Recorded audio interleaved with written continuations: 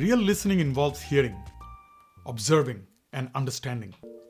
The problem is, too many people just pretend to listen. Their hearing is fine, their listening, that's another story.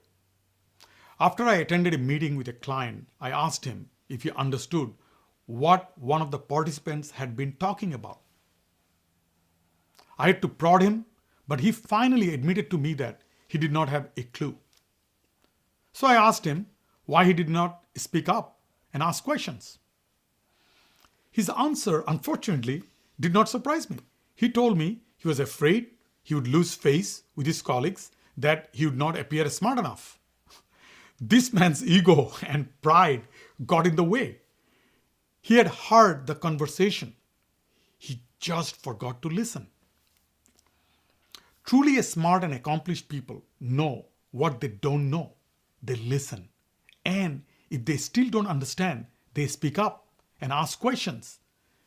There are many ways of listening, not all of which rely on just your 2 ears.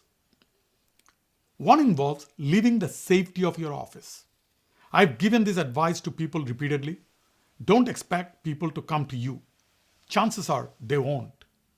Find out where the action is. Walk the factory floor or the stores that stock and sell your products and listen. When working with a food manufacturer, I was amazed to hear that the CEO had never visited a grocery store. Neither had anyone on his executive team. How can you improve your product or service if you don't know how it is purchased or sold?